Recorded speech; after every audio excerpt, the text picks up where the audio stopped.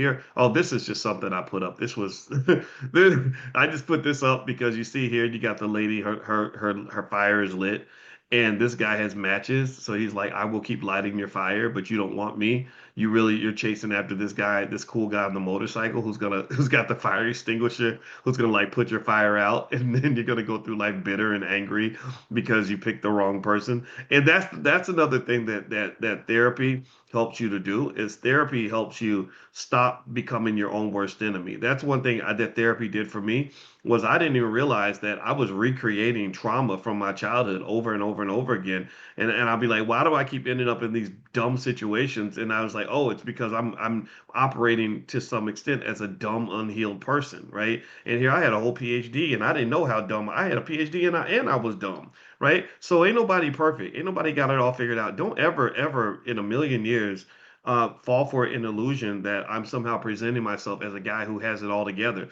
No, I am figuring it out. So this is real. This is heavy, right? This is just, I know this is not directly financially related, but if you know finances, you know it actually is related. There have been many, many people who've been ruined in bad relationships, ruined not just financially, but ruined in other ways. I saw the story of there was a beautiful. I told you, I might have told you all this story before I get to Noriega. Let me tell you the story because I think it's a worthy financial discussion. There was a lady who I saw. I can't remember her name. Damn it! She sang the first words of the song were like, "Look at me."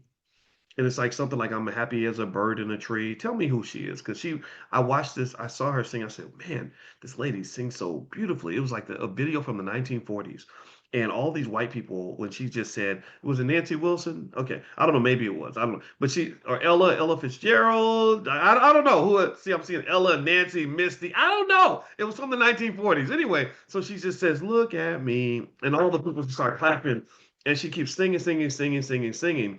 And lo and behold, Sarah Vaughn. I think that's who it was. I think it was Sarah Vaughn. And check this out. So I was like, man, this lady, it was like 3:30 in the morning. I'm doom scrolling.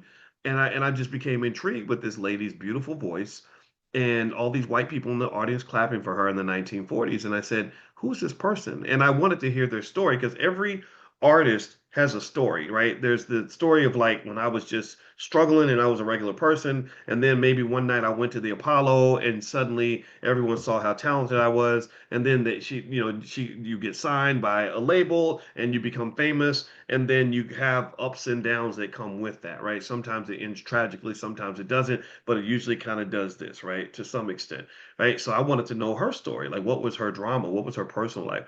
And let me check to tell you this lady became world famous because she sang so well. I believe it was Sarah Vaughan. That's for some reason my gut's telling me that.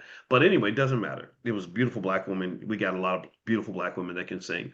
And I read her story about her husbands.